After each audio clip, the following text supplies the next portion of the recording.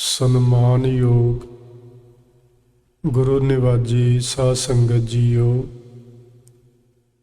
ਆਪ ਜੀ ਨੇ ਗੁਰਬਾਣੀ ਕੀਰਤਨ ਬੜੇ ਪਿਆਰ ਨਾਲ ਸ਼ਰਵਨ ਕੀਤਾ ਹੈ। ਆਓ ਹੁਣ ਆਪਣੀਆਂ ਮਨੋਬਿਰਤੀਆਂ ਅੱਜ ਦੀ ਵਿਚਾਰਧਾਰਾ ਨਾਲ ਜੋੜਨ ਦਾ ਯਤਨ ਕਰੀਏ। ਸ਼ੁੱਕਰਵਾਰ ਵਾਲੇ ਦਿਨ ਆਪਾਂ ਜੋ ਫਰੀਦ ਸਾਹਿਬ ਜੀ ਦੇ ਸ਼ਲੋਕ ਸਮਝਣ ਦੀ ਕੋਸ਼ਿਸ਼ ਕਰ ਰਹੇ ਹਾਂ, ਉਸੇ ਹੀ ਲੜੀ ਦੇ ਤਹਿਤ ਅੱਜ ਆਪਾਂ ਸ਼ਲੋਕ ਨੰਬਰ 112 ਤੋਂ 114 ਤੱਕ ਸਮਝਣ ਦੀ ਕੋਸ਼ਿਸ਼ ਕਰਾਂਗੇ।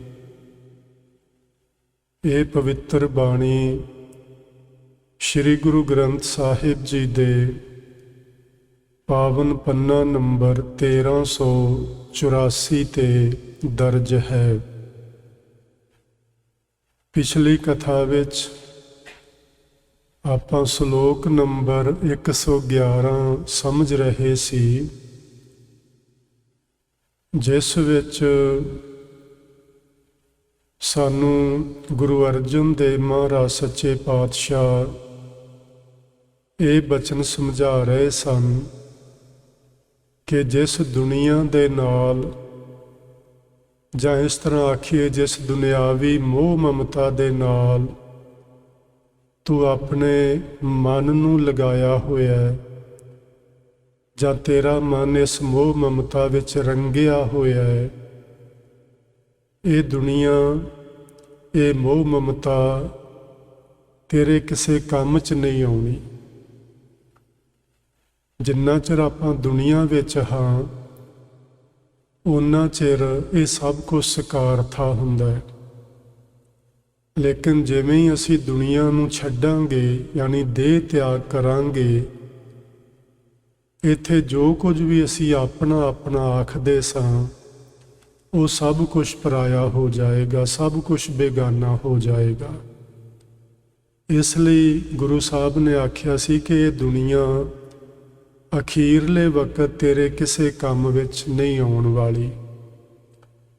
ਫਿਰ ਉਹਨਾਂ ਨੇ ਸਾਨੂੰ ਸਮਝਾਇਆ ਕਿ ਜਿਹੜੀ ਫਕੀਰਾਂ ਵਾਲੀ ਕਾਰ ਹੈ, ਉਹ ਹੈ ਤਾਂ ਬੜੀ ਔਖੀ, ਪਰ ਜੇ ਪੂਰੇ ਭਾਗ ਹੋਣ ਤੇ ਉਹ ਪ੍ਰਾਪਤ ਹੋ ਜਾਂਦੀ ਏ। ਇੱਥੇ ਪੂਰੇ ਭਾਗਾਂ ਤੋਂ ਮਤਲਬ ਏ ਅਸੀਂ ਚੰਗੇ ਕਰਮ ਕੀਤੇ ਹੋਏ ਹੋਣ ਬੀਤੇ ਸਮੇਂ ਵਿੱਚ, ਅੱਜ ਤੋਂ ਪਹਿਲਾਂ, ਹੁਣ ਤੋਂ ਪਹਿਲਾਂ ਸਾਡਾ ਜਿੰਨਾ ਵੀ ਸਮਾਂ ਸੀ, ਭਾਵੇਂ ਉਹ 4 ਯੁੱਗ ਦਾ ਕਿਉਂ ਨਾ ਹੋਵੇ, ਉਹ ਪੂਰਬਲਾ ਸਮਾਂ ਹੁੰਦਾ ਹੈ। ਸੋ ਪੂਰਬਲੇ ਸਮੇਂ ਵਿੱਚ ਜਿੰਨੇ ਵੀ ਆਪਾਂ ਕਰਮ ਕੀਤੇ ਨੇ, ਉਹਨਾਂ ਦੇ ਆਧਾਰ ਤੇ ਸਾਨੂੰ ਫਕੀਰਾਂ ਵਾਲੀ, ਸਾਧੂਆਂ ਵਾਲੀ ਕਾਰ ਕਰਨੀ ਪ੍ਰਾਪਤ ਹੁੰਦੀ ਹੈ।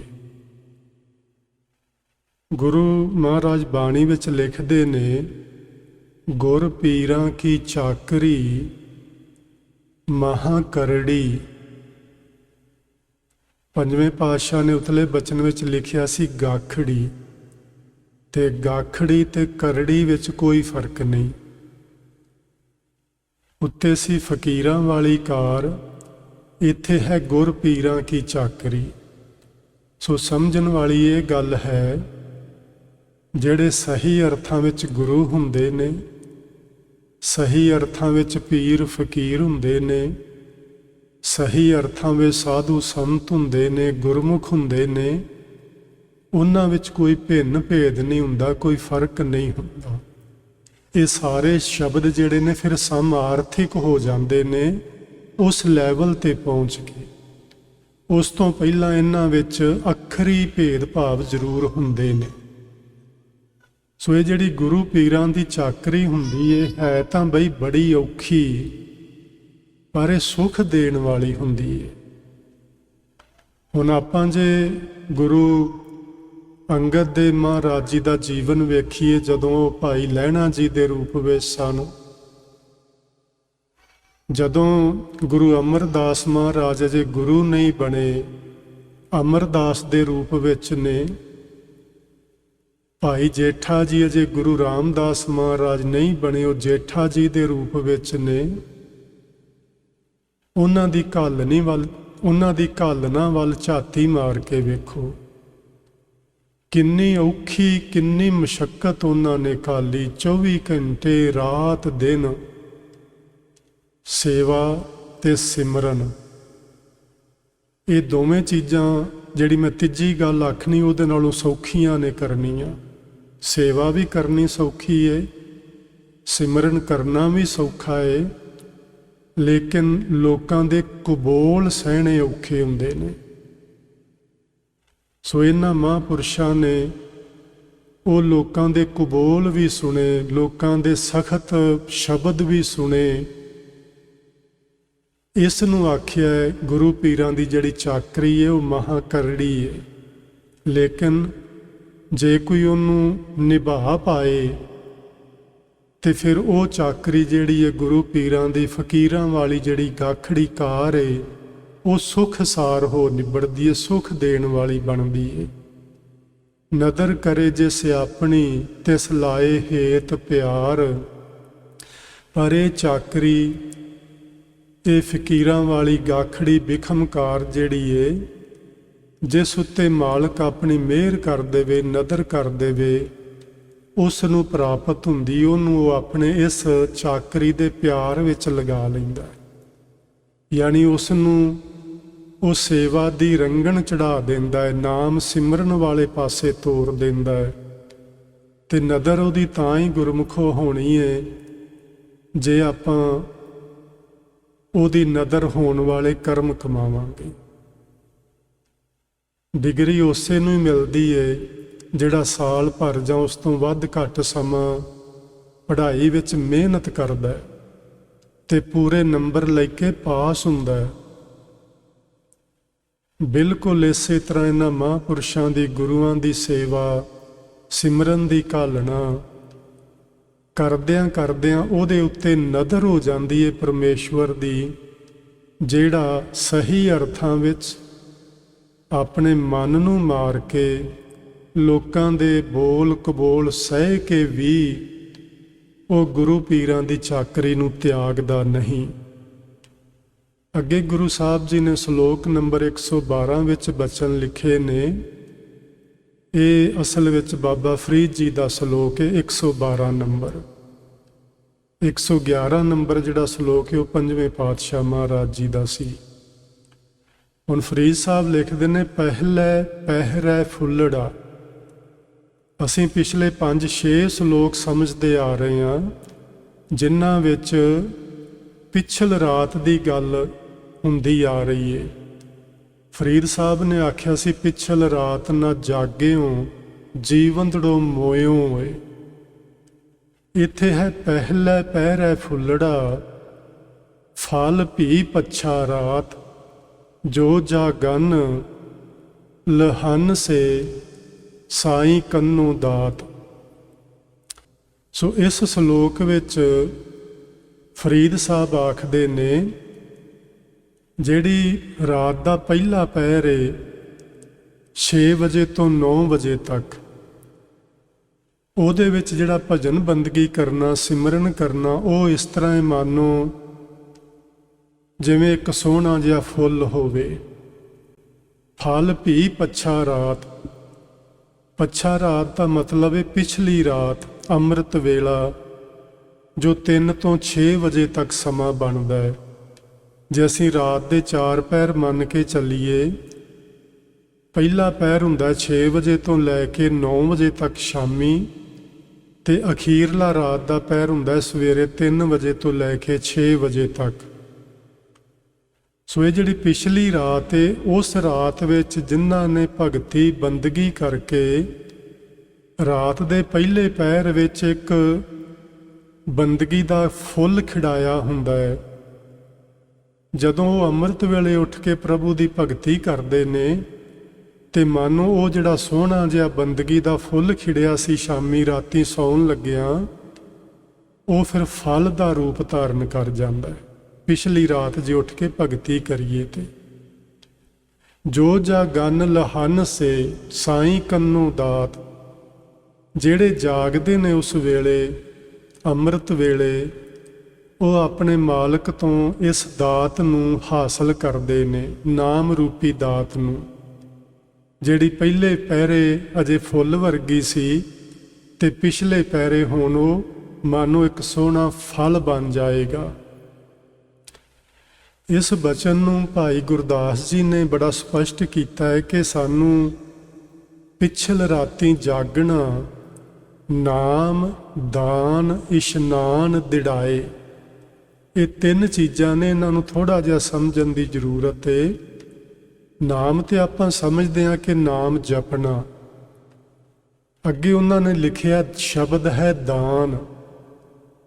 ਜਦੋਂ ਆਪਾਂ ਦਾਨ ਸ਼ਬਦ ਦੀ ਗੱਲ ਕਰਦੇ ਤੇ ਇਉਂ ਲੱਗਦਾ ਹੈ ਕਿ ਜਿਵੇਂ ਕਿਸੇ ਨੂੰ ਕੁਝ ਦੇਣਾ ਦਾਨ ਖਵਾਉਂਦਾ ਹੈ, ਭਾਵੇਂ ਉਹ ਵੀ ਦਾਨ ਹੀ ਹੁੰਦਾ ਹੈ, ਪਰ ਗੁਰਮਤਿ ਜ਼ਿਆਦਾਤਰ ਉਸ ਦਾਨ ਦੀ ਗੱਲ ਨਹੀਂ ਕਰਦੀ। ਗੁਰਮਤਿ ਉਸ ਦਾਨ ਦੀ ਗੱਲ ਕਰਦੀ ਏ, ਮਾਗ ਮੱਜਨ ਸੰਗ ਸਾਧੂਆਂ, ਧੂੜੀ ਕਰ ਇਸ਼ਨਾਨ, ਹਰ ਕਾ ਨਾਮ ਧਿਆਏ ਸੁਣ, ਸਭਨਾਂ ਨੂੰ ਕਰ ਦਾਨ। ਇਸ ਦਾਨ ਦੀ ਗੱਲ ਗੁਰਮਤਿ ਕਰਦੀ ਏ ਕਿ ਆਪ ਨਾਮ ਜਪ ਤੇ ਦੂਜਿਆਂ ਨੂੰ ਜਪਾ। ਸਹੀ ਅਰਥਾਂ ਵਿੱਚ ਇਹ ਤੇਰਾ ਕੀਤਾ ਹੋਇਆ ਦਾਨ ਤੈਨੂੰ ਪੂਰਾ ਰਿਜ਼ਲਟ ਦੇਵੇਗਾ, ਤੈਨੂੰ ਪੂਰਾ ਇਹਦਾ ਲਾਭ ਮਿਲੇਗਾ। ਬਾਕੀ ਜਿਹੜੇ ਅਸੀਂ ਦਾਨ ਪੁੰਨ ਕਰਦੇ ਹਾਂ ਉਹ ਕਿਸੇ ਹੱਦ ਤੱਕ ਚੰਗੇ ਨੇ, ਪਰ ਉਹ ਮਾਇਆ ਦੇ ਤਿੰਨਾਂ ਗੁਣਾਂ ਤੋਂ ਬਾਹਰ ਨਹੀਂ ਹੁੰਦੇ। ਭਾਵੇਂ ਉਹ ਸਤੋ ਗੁਣ ਵਿੱਚ ਆਉਂਦੇ ਨੇ, ਪਰ ਉਹ ਮਾਇਆ ਦੇ ਵਿੱਚ ਹੀ ਰਹਿੰਦੇ ਨੇ, ਮਾਇਆ ਤੋਂ ਬਾਹਰ ਨਹੀਂ ਸਾਨੂੰ ਲੈ ਕੇ ਜਾਂਦੇ। ਮਾਇਆ ਤੋਂ ਜਾਂ ਤਿੰਨਾਂ ਗੁਣਾਂ ਤੋਂ ਬਾਹਰ ਲਿਜਾਣ ਵਾਲੀ ਇੱਕੋ ਹੀ ਗੱਲ ਹੈ, ਪਰਮੇਸ਼ਵਰ ਦਾ ਅੰਮ੍ਰਿਤ ਨਾਮ। ਸੋ ਪਿਛਲ ਰਾਤੀ ਜਾਗਣਾ, ਅੰਮ੍ਰਿਤ ਵੇਲੇ ਜਾਗਣਾ, ਨਾਮ, ਦਾਨ, ਇਸ਼ਨਾਨ, ਦਿੜਾਏ। ਹੁਣ ਜਦੋਂ ਆਪਾਂ ਇਸ਼ਨਾਨ ਦੀ ਗੱਲ ਕਰਾਂਗੇ ਤੇ ਇਉਂ ਲੱਗੇਗਾ ਕਿ ਜਿਵੇਂ ਸਵੇਰੇ ਉੱਠ ਕੇ ਨਹਾ ਲੈਣਾ, ਇਸ ਨੂੰ ਇਸ਼ਨਾਨ ਆਖਦੇ ਨੇ, ਪਰ ਗੁਰਮਤਿ ਆਖਦੀ ਹੈ ਧੂੜੀ ਕਰ ਇਸ਼ਨਾਨ। ਸਰੀਰ ਨੂੰ ਧੋ ਲੈਣਾ, ਇਸ ਨੂੰ ਸਵੱਛ ਕਰਨਾ ਇੱਕ ਬਹੁਤ ਚੰਗੀ ਗੱਲ ਹੈ, ਗੁਣਕਾਰੀ ਗੱਲ ਹੈ। ਲੇਕਿਨ ਗੁਰਮਤਿ ਇਸ ਇਸ਼ਨਾਨ ਤੇ ਸਾਨੂੰ ਰੁਕਣ ਲਈ ਨਹੀਂ ਆਖਦੀ ਵੀ ਤੁਸੀਂ ਨਹਾ ਲਿਆ ਤੇ ਤੁਸੀਂ ਬੜੇ ਪਵਿੱਤਰ ਹੋ ਗਏ। ਇਸ ਤਰ੍ਹਾਂ ਨਹੀਂ ਗੁਰਮਤਿ ਮੰਨਦੀ। ਗੁਰਮਤਿ ਕਹਿੰਦੀ ਹੈ ਸੂਚੇ ਇਹ ਨਾ ਆਖੀਆਂ ਬਹਿਨ ਜੇ ਪਿੰਡਾ ਧੋਏ। ਜਿਹੜੇ ਲੋਕ ਕੇਵਲ ਪਿੰਡਾ ਧੋ ਕੇ, ਸਰੀਰ ਧੋ ਕੇ ਆਪਣੇ ਆਪ ਨੂੰ ਪਵਿੱਤਰ ਹੋ ਗਿਆ ਮੰਨਦੇ ਨੇ, ਗੁਰਮਤਿ ਕਹਿੰਦੀ ਇਹਨਾਂ ਨੂੰ ਸੁੱਚੇ ਨਹੀਂ ਆਖਣਾ ਚਾਹੀਦਾ, ਇਹ ਸੁੱਚੇ ਨਹੀਂ ਹੋਏ। ਸੁੱਚੇ ਕਦੋਂ ਹੋਣਾ? ਜਦੋਂ ਧੂੜੀ ਕਰ ਇਸ਼ਨਾਨ, ਜਦੋਂ ਤੁਸੀਂ ਸਾਧ ਸੰਗਤ ਵਿੱਚ ਆ ਕੇ ਬੈਠੋਗੇ, ਜਦੋਂ ਤੁਸੀਂ ਗੁਰਮਤਿ ਦੀ ਵਿਚਾਰਧਾਰਾ ਨੂੰ ਸੁਣੋਗੇ, ਜਦੋਂ ਤੁਸੀਂ ਉਸ ਵਿਚਾਰਧਾਰਾ ਨੂੰ ਜੀਵਨ ਵਿੱਚ ਅਪਣਾਓਗੇ, ਫਿਰ ਤੁਸੀਂ ਅੰਦਰੋਂ ਤੇ ਬਾਹਰੋਂ ਨਿਰਮਲੇ ਹੋ ਜਾਓਗੇ। ਗੁਰਮਤਿ ਉਸ ਇਸ਼ਨਾਨ ਦੀ ਗੱਲ ਕਰਦੀ ਏ। ਸੋ ਅਸੀਂ ਗੁਰਮਤਿ ਨੂੰ ਸਮਝਣਾ, ਨਾਮ ਜਪਣਾ, ਦਾਨ ਕਰਨ ਤੋਂ ਭਾਵ ਦੂਜਿਆਂ ਨੂੰ ਜਪਾਉਣਾ, ਇਸ਼ਨਾਨ ਕਰਨ ਤੋਂ ਭਾਵ ਸਾਧ ਸੰਗਤ ਵਿੱਚ ਆ ਕੇ ਬੈਠਣਾ ਤੇ ਗੁਰੂ ਦੀ ਵਿਚਾਰਧਾਰਾ ਨੂੰ ਸੁਣ ਕੇ ਜੀਵਨ ਵਿੱਚ ਅਪਣਾਉਣਾ। ਸੋ ਇਹ ਜਿਹੜੇ ਤਿੰਨ ਬਚਨ ਨੇ, ਇਹ ਜਿਹੜਾ ਪਹਿਲਾ ਇਹ ਸ਼ਲੋਕ ਨੰਬਰ 112 ਹੈ, ਇਹ ਸਾਨੂੰ ਇਹ ਸਾਰੀ ਗੱਲ ਸਮਝਾਉਂਦਾ ਹੈ ਕਿ ਪਹਿਲੇ ਪਹਿਰੇ ਫੁੱਲੜਾ, ਫਲ ਭੀ ਪੱਛਾ ਰਾਤ, ਜੋ ਜਾ ਗਨ ਲਹਨ ਸੇ ਸਾਈਂ ਕੰਨੋਂ ਦਾਤ। ਉਹਨਾਂ ਨੂੰ ਪਰਮੇਸ਼ਵਰ ਦਾ ਨਾਮ ਰੂਪੀ ਅੰਮ੍ਰਿਤ ਫਲ ਦਾਤ ਪ੍ਰਾਪਤ ਹੋਵੇਗੀ, ਜਿਹੜੇ ਪਹਿਲੀ ਰਾਤੇ ਵੀ ਨਾਮ ਜਪਦੇ ਨੇ ਤੇ ਪਿਛਲੀ ਰਾਤੇ ਵੀ ਪ੍ਰਭੂ ਦੀ ਭਗਤੀ ਵਿੱਚ ਉੱਠ ਕੇ ਜੁੜਦੇ ਨੇ। ਤੇ ਕੇਵਲ ਜਾਗਣਾ ਹੀ, ਅਸੀਂ ਪਿਛਲੀ ਕਥਾ ਵਿੱਚ ਗੱਲ ਕਰਦੇ ਸਾਂ ਕਿ ਕੇਵਲ ਜਾਗਣਾ ਹੀ ਕਾਫੀ ਨਹੀਂ, ਜਾਗ ਕੇ ਕੁਛ ਕਰਨਾ ਹੈ। ਤੇ ਕਰਨਾ ਉਹ ਤਿੰਨ ਬਚਨ ਜਿਹੜੇ ਆਪਾਂ ਉੱਤੇ ਸਮਝ ਲਏ ਨੇ, ਉਹਨਾਂ ਨੂੰ ਆਪਾਂ ਕਰਨਾ ਹੈ। ਅਗਲਾ ਬਚਨ ਹੈ ਗੁਰੂ ਨਾਨਕ ਦੇਵ ਮਹਾਰਾਜ ਜੀ ਦਾ। ਹੁਣ ਮੈਂ ਇਹਦੀ ਗੱਲ ਕਰਦਾ ਸਾਂ ਕਿ ਜੇ ਤੁਸੀਂ ਇਸ ਸ਼ਲੋਕ ਨੂੰ ਵੇਖੋ, ਸ਼ਲੋਕ ਨੰਬਰ 113 ਨੂੰ, ਇਹਦੇ ਉੱਤੇ ਕੋਈ ਹੈਡਿੰਗ ਨਹੀਂ ਕਿ ਕਿਹਦਾ ਸ਼ਲੋਕ ਹੈ, ਲੇਕਿਨ ਸ੍ਰੀ ਰਾਗ ਕੀ ਵਾਰ ਜੋ ਚੌਥੇ ਗੁਰੂ ਮਹਾਰਾਜ ਜੀ ਦੀ ਏ, ਉਹਦੇ ਵਿੱਚ ਇਹੋ ਹੀ ਹੂਬਹੂ ਸ਼ਲੋਕ ਲਿਖਿਆ ਹੋਇਆ ਹੈ ਤੇ ਉੱਥੇ ਹੈਡਿੰਗ ਵੀ ਪਿਆ ਸ਼ਲੋਕ ਮਹਿਲਾ ਪਹਿਲਾ। ਸੋ ਹੁਣ ਪਿਛਲਾ ਸ਼ਲੋਕ ਸੀ ਬਾਬਾ ਫਰੀਦ ਜੀ ਦਾ, ਜਿਹਦੇ ਵਿੱਚ ਉਹਨਾਂ ਨੇ ਆਖਿਆ ਕਿ ਪਹਿਲੀ ਰਾਤੇ ਵੀ ਭਗਤੀ ਕਰਿਆ ਕਰੋ ਕਿ ਉਹ ਤੁਹਾਡੀ ਭਗਤੀ ਇੱਕ ਸੋਹਣੇ ਫੁੱਲ ਦਾ ਰੂਪ ਧਾਰਨ ਕਰ ਜਾਏਗੀ। ਪਿਛਲੀ ਰਾਤੇ ਉੱਠ ਕੇ ਫਿਰ ਜਪੋਗੇ, ਉਹ ਸੋਹਣਾ ਜਿਹਾ ਫੁੱਲ ਫਲ ਦਾ ਰੂਪ ਧਾਰਨ ਕਰ ਜਾਏਗਾ। ਉਹ ਤੁਹਾਨੂੰ ਮਿਲੇਗੀ ਸਾਈਂ ਕੰਨੋਂ ਦਾਤ, ਜੇ ਭਾਈ ਜਾਗ ਕੇ ਪ੍ਰਭੂ ਦੀ ਭਗਤੀ ਵਿੱਚ ਜੁੜੋਗੇ। ਹੁਣ ਪਹਿਲੇ ਪਾਤਸ਼ਾਹ ਕੀ ਆਖਦੇ ਨੇ? ਉਹ ਕਹਿੰਦੇ ਨੇ, ਦਾਤੀ ਸਾਹਿਬ ਸੰਧੀਆਂ ਕਿਆ ਚੱਲੈ ਤਿਸ ਨਾਲ। ਵੀ ਕਿਤੇ ਸਾਡੇ ਮਨ ਵਿੱਚ ਇਹ ਗੱਲ ਨਾ ਹੋਵੇ ਕਿ ਅਸੀਂ ਹੁਣ ਸਵੇਰੇ ਉੱਠਦੇ ਹਾਂ, ਜਾਗ ਤੇ ਪੈਂਦੇ ਹਾਂ ਤੇ ਹੁਣ ਤੇ ਸਾਡਾ ਹੱਕ ਬਣ ਗਿਆ, ਹੁਣ ਤੇ ਸਾਨੂੰ ਰੱਬ ਇਹ ਦਾਤ ਦੇਵੇਗਾ ਹੀ ਦੇਵੇਗਾ, ਤੇ ਮਨ ਵਿੱਚ ਕਿਤੇ ਹਉਮੈ ਨਾ ਪ੍ਰਗਟ ਹੋ ਜਾਵੇ। ਗੁਰੂ ਜੀ ਨੇ ਆਖਿਆ, ਨਹੀਂ ਬਈ ਸੱਜਣੋ, ਕੇਵਲ ਅੰਮ੍ਰਿਤ ਵੇਲੇ ਜਾਗਣ ਨਾਲ ਉਹ ਦਾਤ ਨਹੀਂ ਜੇ ਮਿਲਦੀ। ਅੰਮ੍ਰਿਤ ਵੇਲੇ ਮੈਂ ਪਿਛਲੀ ਕਥਾ ਵਿੱਚ ਤੁਹਾਡੇ ਨਾਲ ਬਚਨ ਸਾਂਝੇ ਕੀਤੇ ਸਨ ਕਿ ਜਿਹੜੇ ਸਰੀਰ ਕਰਕੇ ਲੋਕ ਬਿਮਾਰ ਹੁੰਦੇ ਨੇ, ਦੁਖੀ ਹੁੰਦੇ ਨੇ, ਉਹ ਵੀ ਜਾਗਦੇ ਹੁੰਦੇ ਨੇ। ਚੋਰ ਠੱਗ ਵੀ ਜਾਗਦੇ ਹੁੰਦੇ ਨੇ, ਲੁਟੇਰੇ ਵੀ ਰਾਤ ਨੂੰ ਤੁਰੇ ਫਿਰਦੇ ਜਾਗਦੇ ਹੁੰਦੇ ਨੇ। ਕੱਲਾ ਜਾਗਣਾ ਕਾਫੀ ਨਹੀਂ, ਜਾਗ ਕੇ ਕੁਛ ਕਰਨਾ ਹੁੰਦਾ ਹੈ। ਸੋ ਕਰਨਾ ਕੀ ਆਪਾਂ ਉੱਤੇ ਸਮਝ ਲਿਆ। ਹੁਣ ਗੁਰੂ ਸਾਹਿਬ ਆਖਦੇ ਨੇ, ਦਾਤੀ ਸਾਹਿਬ ਸੰਧੀਆਂ। ਸੰਧੀਆਂ ਦਾ ਮਤਲਬ ਹੁੰਦਾ ਦੀਆਂ, ਗੁਰੂ ਦੀਆਂ, ਸਾਹਿਬ ਦੀਆਂ, ਮਾਲਕ ਦੀਆਂ। ਇਹ ਜਿਹੜੀਆਂ ਦਾਤਾਂ ਨੇ ਨਾ, ਚਾਹੇ ਉਹ ਫੁੱਲ ਦੇ ਰੂਪ ਵਿੱਚ ਬੰਦਗੀ ਹੈ ਤੇ ਚਾਹੇ ਉਹ ਫਲ ਦੇ ਰੂਪ ਵਿੱਚ ਬੰਦਗੀ ਹੈ, ਇਹ ਸਾਰੀਆਂ ਦਾਤਾਂ ਸਾਹਿਬ ਦੀਆਂ ਆਪਣੀਆਂ ਨੇ। ਕਿਆ ਚੱਲੈ ਤਿਸ ਨਾਲ, ਉਹਦੇ ਨਾਲ ਸਾਡਾ ਕੋਈ ਜ਼ੋਰ ਨਹੀਂ ਚੱਲਦਾ ਵੀ ਅਸੀਂ ਆਖੀਏ ਵੀ ਮੈਂ ਤੇ ਸਵੇਰੇ ਜਾਗਦਾ, ਹੁਣ ਤੇ ਮੈਂ ਦਾਤ ਦਾ ਹੱਕਦਾਰ ਬਣ ਗਿਆ। ਨਹੀਂ, ਇਹ ਉਹਦੀ ਆਪਣੀ ਮੌਜ ਏ, ਕਿਹਨੂੰ ਦੇ ਦੇਵੇ। ਅਗਲੀ ਪੰਕਤੀ ਵਿੱਚ ਦੱਸ ਦਿੱਤਾ ਗੁਰੂ ਜੀ ਨੇ, ਇੱਕ ਜਾ ਗੰਦੇ ਨਾ ਲਹਨ, ਇੱਕ ਨਾ ਸੁੱਤਿਆਂ ਦੇ ਉਠਾਲ। ਇੱਕ ਜਾਗਦੇ ਨੇ, ਉੱਠਦੇ ਵੀ ਨੇ, ਨਹਾ ਵੀ ਲੈਂਦੇ ਨੇ, ਪਰ ਬੈਠਦੇ ਨੇ ਪ੍ਰਭੂ ਭਗਤੀ ਵਿੱਚ ਤੇ ਉਸੇ ਵੇਲੇ ਨੀਂਦ ਆ ਜਾਂਦੀ ਹੈ। ਮੇਰੀ ਇਹ ਹਾਲਤ ਹੈ। ਉਸੇ ਵੇਲੇ ਸਿਰ ਥੱਲੇ ਡਿੱਗ ਪੈਂਦਾ, ਜਾਂ ਬੈਠਿਆਂ ਬੈਠਿਆਂ ਮਨ ਵਿੱਚ ਫੁਰਨੇ ਚੱਲਣੇ ਸ਼ੁਰੂ ਹੋ ਜਾਂਦੇ, ਵਿਚਾਰਾਂ ਚੱਲਣੀਆਂ ਸ਼ੁਰੂ ਹੋ ਜਾਂਦੀਆਂ। ਉਹ ਇੱਕ ਤਰ੍ਹਾਂ ਨਾਲ ਸਾਡਾ ਉੱਠ ਕੇ ਬੈਠਿਆ ਪੂਰਨ ਰੂਪ ਵਿੱਚ ਸਫਲਾ ਨਹੀਂ ਹੁੰਦਾ, ਲੇਕਿਨ ਸ਼ੁਰੂਆਤ ਉੱਥੋਂ ਹੀ ਹੋਣੀ ਹੈ। ਇਹ ਵੀ ਨਹੀਂ ਆਪਾਂ ਸੋਚਣਾ ਕਿ ਹੁਣ ਸਾਨੂੰ ਨੀਂਦ ਆਉਂਦੀ ਹੈ ਜਾਂ ਸਾਡੇ ਮਨ 'ਚ ਫੁਰਨੇ ਚੱਲਦੇ ਨੇ ਤੇ ਉੱਠਣ ਦਾ ਕੋਈ ਲਾਭ ਨਹੀਂ, ਇਹ ਵੀ ਨਹੀਂ ਸੋਚ ਲੈਣਾ। ਸ਼ੁਰੂਆਤ ਉੱਥੋਂ ਹੀ ਹੋਣੀ ਹੈ, ਲੇਕਿਨ ਸਾਰੀ ਜ਼ਿੰਦਗੀ ਉਸ ਪਹਿਲੀ ਕਲਾਸ ਵਿੱਚ ਹੀ ਨਹੀਂ ਬੈਠੇ ਰਹਿਣਾ, ਅੱਗੇ ਵਧਣਾ ਹੈ। ਜਿਵੇਂ ਜਿਵੇਂ ਭਜਨ ਕਰਾਂਗੇ, ਜਿਵੇਂ ਜਿਵੇਂ ਭਗਤੀ ਕਰਾਂਗੇ, ਜਿਵੇਂ ਜਿਵੇਂ ਅੰਮ੍ਰਿਤ ਵੇਲਾ ਸੰਭਾਲਾਂਗੇ, ਤਿਵੇਂ ਤਿਵੇਂ ਸਾਨੂੰ ਨੀਂਦ ਦਾ ਜ਼ੋਰ ਘਟਦਾ ਜਾਏਗਾ, ਸਾਡੇ ਵਿਚਾਰ ਰੁਕਣੇ ਸ਼ੁਰੂ ਹੋ ਜਾਣਗੇ। ਇਸ ਨੂੰ ਆਖਿਆ ਇੱਕ ਨਾ ਸੁੱਤਿਆਂ ਦੇ ਉਠਾਲ। ਜਿਹੜੇ ਰੱਬ ਦੇ ਪਿਆਰੇ ਲੰਮਾ ਸਮਾਂ ਭਗਤੀ ਭਾਵ ਵਿੱਚ ਜੁੜਦੇ ਨੇ, ਇੱਥੋਂ ਹੀ ਸ਼ੁਰੂ ਹੋਣਾ, ਇੱਥੋਂ ਹੀ ਸ਼ੁਰੂ ਕਰਦੇ ਨੇ ਤੇ ਹੌਲੀ ਹੌਲੀ ਉਹ ਸੁਚੇਤ ਹੁੰਦੇ ਨੇ, ਮਨ ਦੀ ਇਕਾਗਰਤਾ ਬਣਨੀ ਸ਼ੁਰੂ ਹੁੰਦੀ ਏ। ਫਿਰ ਵਾਹਿਗੁਰੂ ਕਿਰਪਾ ਕਰਦੇ ਨੇ, ਉਹਨਾਂ ਨੂੰ ਅੰਮ੍ਰਿਤ ਵੇਲੇ ਸੁੱਤਿਆਂ ਪਿਆਂ ਨੂੰ ਉਠਾ ਕੇ ਕਹਿੰਦੇ ਨੇ, ਚਲੋ ਭਾਈ ਭਗਤੀ ਵਿੱਚ ਜੁੜੋ। ਮੈਨੂੰ ਕਈ ਮਹਾਂਪੁਰਸ਼ਾਂ ਦੇ ਬਾਰੇ ਜਾਣਕਾਰੀ ਹੈ ਜਿਹੜੇ ਇਹ ਗੱਲ ਕਹਿੰਦੇ ਨੇ, ਅਸੀਂ ਕਦੀ ਅਲਾਰਮ ਨਹੀਂ ਲਗਾਇਆ ਅੰਮ੍ਰਿਤ ਵੇਲੇ ਦਾ, ਅਸੀਂ ਕਦੀ ਕਿਸੇ ਸੇਵਾਦਾਰ ਨੂੰ ਨਹੀਂ ਆਖਿਆ ਕਿ ਸਾਨੂੰ ਸਵੇਰੇ ਉਠਾ ਦਿਆ ਜੇ। ਉਹ ਕਹਿੰਦੇ ਨੇ, ਰਾਤੀ ਅਸੀਂ ਕਿਸ ਵੇਲੇ ਵੀ ਸੋਈਏ, ਭਾਵੇਂ ਕਿਉਂ ਨਾ 12 ਵਜੇ ਸੋਈਏ, ਪਰ ਜਿਹੜਾ ਭਗਤੀ ਦਾ ਵੇਲਾ ਹੈ ਨਾ 3 ਤੋਂ 6 ਵਜੇ ਤੱਕ, ਠੀਕ 3 ਵਜੇ ਪਰਮਾਤਮਾ ਆਪ ਸਾਨੂੰ ਉਠਾਉਂਦਾ ਹੈ। ਅੰਦਰੋਂ ਇੱਕ ਆਵਾਜ਼ ਉੱਠਦੀ, ਅੰਦਰੋਂ ਇੱਕ ਪ੍ਰੇਰਨਾ ਮਿਲਦੀ ਏ ਨੀਂਦ ਖੁੱਲ ਜਾਂਦੀ ਏ, ਜਾਗ ਆ ਜਾਂਦੀ ਏ।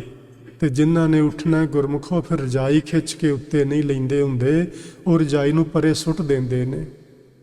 ਉਹਨਾਂ ਉੱਤੇ ਨਜ਼ਰ ਹੁੰਦੀ ਜੇ, ਉਹਨਾਂ ਨੂੰ ਸੁੱਤਿਆਂ ਨੂੰ ਉਠਾ ਕੇ ਦਿੰਦਾ ਜੇ। ਤੇ ਜਿਹੜੇ ਆਪਾਂ ਉੱਤੇ ਵੇਖੇ ਨੇ ਨਾ, ਮਾਨਸਿਕ ਰੋਗੀ, ਸਰੀਰਕ ਰੋਗੀ, ਚੋਰ, ਠੱਗ, ਕਾਤਲ, ਧਾੜਵੀ, ਉਹ ਜਾਗਦੇ ਵੀ ਹੁੰਦੇ ਨੇ, ਪਰ ਉਹਨਾਂ ਨੂੰ ਰੱਬ ਕੋਲੋਂ ਕੁਝ ਵੀ ਪ੍ਰਾਪਤ ਨਹੀਂ ਹੁੰਦਾ। ਸੋ ਸ਼ਲੋਕ ਨੰਬਰ 113 ਵਿੱਚ ਸਾਨੂੰ ਇਹ ਗੱਲ ਸਮਝਾਈ ਏ ਕਿ ਗੁਰਮੁਖੋ ਜਾਗਣ ਦਾ ਵੀ ਇੱਕ ਤਰੀਕਾ ਹੁੰਦਾ ਹੈ ਕਿ ਮਨੁੱਖ ਜਾਗ ਕਾਹਦੇ ਲਈ ਰਿਹਾ ਹੈ। ਜੇ ਤੇ ਭਜਨ ਬੰਦਗੀ ਲਈ ਜਾਗਦਾ ਹੈ ਕਿ ਉਹਨੂੰ ਸੁੱਤੇ ਪਏ ਨੂੰ ਵੀ ਉਠਾ ਕੇ ਪਰਮੇਸ਼ਵਰ ਉਹਨੂੰ ਇਹ ਦਾਤ ਬਖਸ਼ੇਗਾ। ਪਰ ਜਿਹੜੇ ਵਿਕਾਰਾਂ ਲਈ ਜਾਗਦੇ ਨੇ, ਉਹ ਜਾਗਦੇ ਹੋਏ ਵੀ ਕੁਝ ਨਹੀਂ ਪ੍ਰਾਪਤ ਕਰ ਸਕਣਗੇ।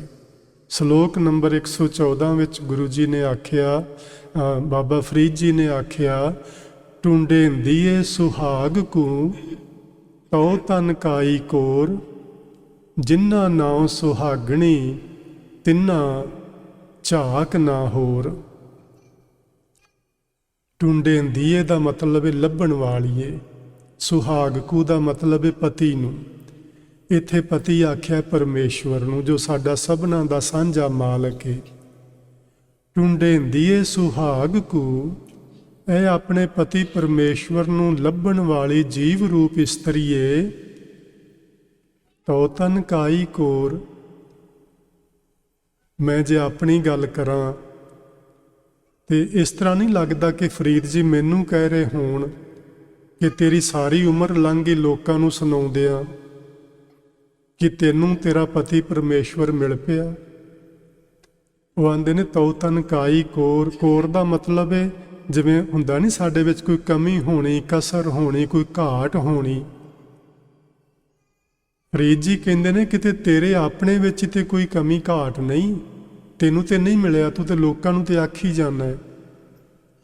ਜੇ ਤੈਨੂੰ ਨਹੀਂ ਮਿਲਿਆ ਅਜੇ ਤੱਕ, ਤੇਰੇ ਸੁਹਾਗ ਨਾਲ ਤੇਰੀ ਗੱਲਬਾਤ ਅਜੇ ਨਹੀਂ ਹੋਈ, ਤੇ ਫਿਰ ਵੇਖ ਆਪਣੇ ਅੰਦਰ ਝਾਤੀ ਮਾਰ ਕੇ ਕਿਤੇ ਤੇਰੇ ਵਿੱਚ ਹੀ ਤੇ ਕੋਈ ਕਮੀ ਨਹੀਂ। ਇਹ ਗੱਲ ਸਾਨੂੰ ਸਭਨਾਂ ਨੂੰ ਆਖੀ ਜਾ ਰਹੀ ਹੈ ਕਿ ਜਿੰਨੇ ਲੋਕ ਅਸੀਂ ਸੰਗਤ ਵਿੱਚ ਜੁੜਦੇ ਹਾਂ। ਭਾਈ ਗੁਰਮੁਖੋ ਬੱਚਿਆਂ ਨੂੰ ਜਰਾ ਫੜ ਲਓ ਪਲੀਜ਼, ਕਿਰਪਾ ਕਰਕੇ ਨਾ, ਉਹ ਥੋੜਾ ਸੰਗਤ ਦਾ ਧਿਆਨ ਫਿਰ ਉਸ ਪਾਸੇ ਨੂੰ ਚਲਾ ਜਾਂਦਾ ਹੈ। ਬੜੀ ਮਿਹਰਬਾਨੀ ਹੋਵੇਗੀ ਤੁਹਾਡੀ। ਭਈ ਅੰਮ੍ਰਿਤ ਵੇਲੇ ਵੀ ਤੂੰ ਉੱਠਦਾ ਰਿਓ, ਤੂੰ ਕਥਾ ਕੀਰਤਨ ਵੀ ਕਰਦਾ ਰਿਓ, ਤੂੰ ਸਾਰੇ ਭਲੇ ਕੰਮ ਵੀ ਕਰਦਾ ਰਿਓ, ਪਰ ਤੂੰ ਸੁਹਾਗ ਭਾਗ ਵਾਲਾ ਬਣਿਓ ਹੀ ਨਾ।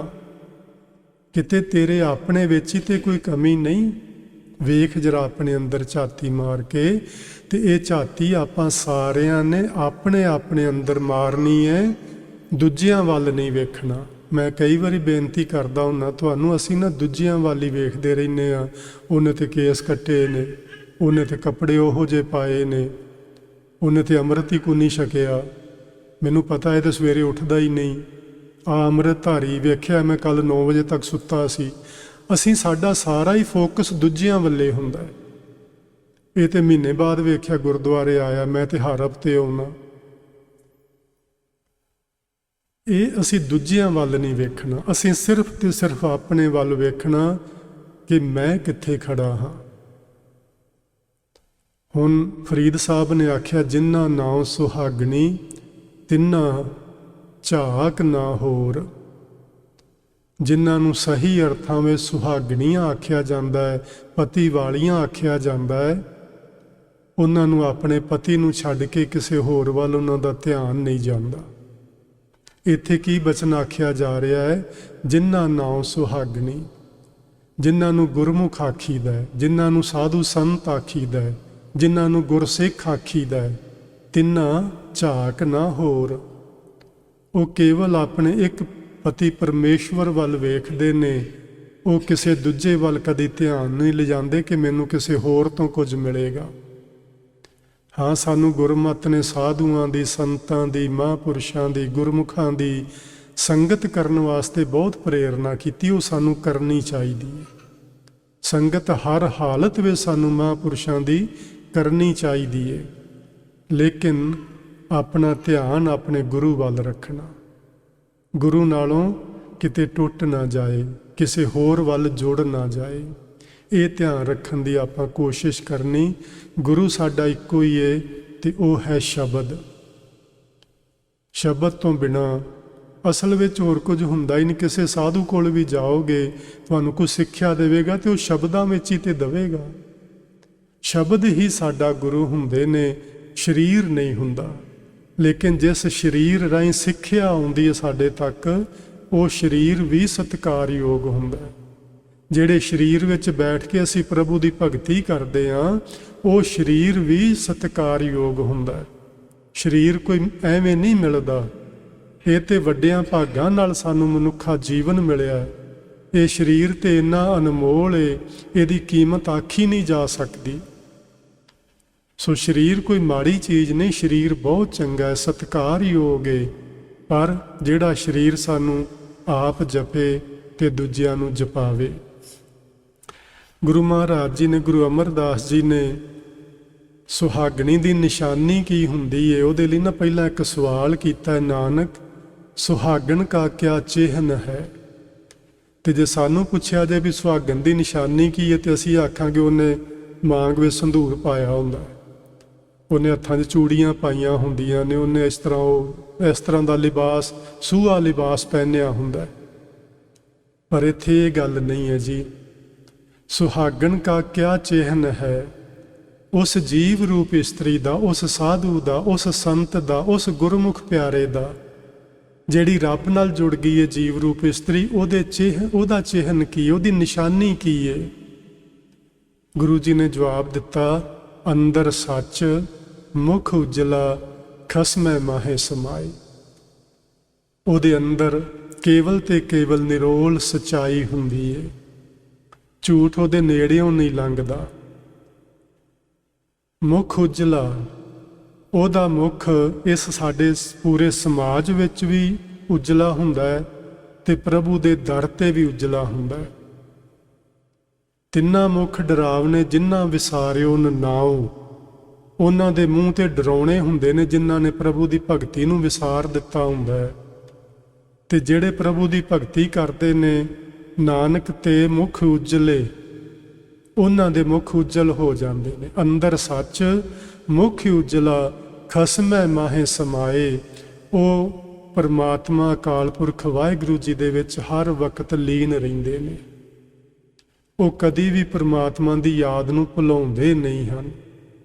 ਸੋ ਇਹ ਹੈ ਜੀ ਸਾਨੂੰ ਅੱਜ ਦੀ ਇਸ ਕਥਾ ਵਿਚਾਰ ਵਿੱਚੋਂ ਬਾਬਾ ਫਰੀਦ ਸਾਹਿਬ ਦੇ ਆਪਾਂ 2 ਸ਼ਲੋਕ ਪੜ੍ਹੇ ਨੇ। ਇੱਕ ਸ਼ਲੋਕ ਗੁਰੂ ਨਾਨਕ ਦੇਵ ਮਹਾਰਾਜ ਜੀ ਦਾ ਵੀ ਸਮਝਿਆ ਹੈ। ਇਹਨਾਂ ਵਿੱਚ ਸਾਨੂੰ ਇਹ ਗੱਲ ਸਮਝਾਈ ਗਈ ਹੈ ਕਿ ਭਾਈ ਜ਼ਿੰਦਗੀ ਦਾ ਹਰ ਵਕਤ ਅਨਮੋਲ ਹੈ, ਉਹਨੂੰ ਸੰਭਾਲੋ। ਪਿਛਲੀ ਰਾਤ ਵੀ ਸੰਭਾਲੋ, ਪਹਿਲੀ ਰਾਤ ਵੀ ਸੰਭਾਲੋ, ਦਿਨ ਵੀ ਸੰਭਾਲੋ, ਦੁਪਹਿਰ ਵੀ ਸੰਭਾਲੋ। ਕਦੀ ਪ੍ਰਮਾਤਮਾ ਨੂੰ ਵਿਸਾਰੋ ਨਾ। ਤੇ ਇਹ ਸਭ ਕੁਝ ਕਰਦੇ ਹੋਏ ਕਿਤੇ ਇਹ ਮਨ ਵਿੱਚ ਹਉਮੈ ਨਾ ਆ ਜਾਏ ਕਿ ਮੈਂ ਤੇ ਹੁਣ ਬਹੁਤ ਕੁਝ ਕਰਦਾ ਤੇ ਮੈਨੂੰ ਤੇ ਹੁਣ ਰੱਬ ਨੇ ਦਾਤ ਦੇਣੀ ਹੀ ਦੇਣੀ ਹੈ, ਹੁਣ ਮੇਰਾ ਹੱਕ ਬਣ ਗਿਆ ਹੈ। ਇਹ ਨਾ ਸੋਚਣਾ, ਨਿਮਰਤਾ ਵਿੱਚ ਰਹਿਣਾ, ਆਪਣੇ ਗੁਰੂ ਦੇ ਚਰਨੀ ਪਏ ਰਹਿਣਾ ਕਿ ਸਤਿਗੁਰੂ ਜੀ ਮੇਰੀ ਮਿਹਨਤ ਨਾਲ ਮੈਨੂੰ ਕੁਛ ਨਹੀਂ ਮਿਲਣ ਵਾਲਾ, ਜਦੋਂ ਮੈਨੂੰ ਕੁਛ ਮਿਲਿਆ ਤੇਰੀ ਰਹਿਮਤ ਨਾਲ ਮਿਲਣਾ। ਇਹ ਮਨ ਵਿੱਚ ਭਾਵ ਬਣਾ ਕੇ ਰੱਖਣਾ ਤੇ ਫਿਰ ਅਸੀਂ ਸੁਹਾਗ ਭਾਗ ਵਾਲੇ ਬਣ ਜਾਵਾਂਗੇ। ਫਿਰ ਸਾਨੂੰ ਪਰਮਾਤਮਾ ਦੇ ਦਰ ਤੇ ਸੁਹਾਗਣਾ ਆਖਿਆ ਜਾਏਗਾ, ਕਿਉਂਕਿ ਸਾਨੂੰ ਫਿਰ ਗੁਰੂ ਨੂੰ ਛੱਡ ਕੇ, ਪਰਮਾਤਮਾ ਨੂੰ ਛੱਡ ਕੇ ਹੋਰ ਕਿਸੇ ਦੀ ਕੋਈ ਝਾਕ ਨਹੀਂ ਰਹਿ ਜਾਏਗੀ। ਸਾਡਾ ਧਿਆਨ ਫਿਰ ਕਿਸੇ ਹੋਰ ਵੱਲ ਨਹੀਂ ਜਾਏਗਾ। ਸੋ ਅੱਜ ਦੀ ਵਿਚਾਰ ਜੀ ਤੁਸੀਂ ਬੜੇ ਪਿਆਰ ਨਾਲ ਬੈਠ ਕੇ ਸ਼ਰਵਣ ਕੀਤੀ। ਆਪ ਸਾਰੀ ਸੰਗਤ ਦਾ ਬਹੁਤ ਬਹੁਤ ਦਿਲੋਂ ਧੰਨਵਾਦੀ ਹਾਂ। ਮੇਰੇ ਪਾਸੋਂ ਹੋਈਆਂ ਭੁੱਲਾਂ ਦੀ ਆਪ ਸਭਨਾਂ ਪਾਸੋਂ, ਗੁਰੂ ਸਾਹਿਬ ਪਾਸੋਂ ਖਿਮਾ ਚਾਹੁੰਦਾ ਹਾਂ। ਅਗਲੇ ਹਫਤੇ ਫਿਰ ਗੁਰੂ ਨੂੰ ਪਾਇਆ ਤੇ ਆਪ ਸਭਨਾਂ ਦੇ ਦਰਸ਼ਨ ਕਰਾਂਗੇ। ਪਿਆਰ ਨਾਲ ਆਖੋ ਜੀ, ਵਾਹਿਗੁਰੂ ਜੀ ਕਾ ਖਾਲਸਾ, ਵਾਹਿਗੁਰੂ ਜੀ ਕੀ ਫਤਿਹ।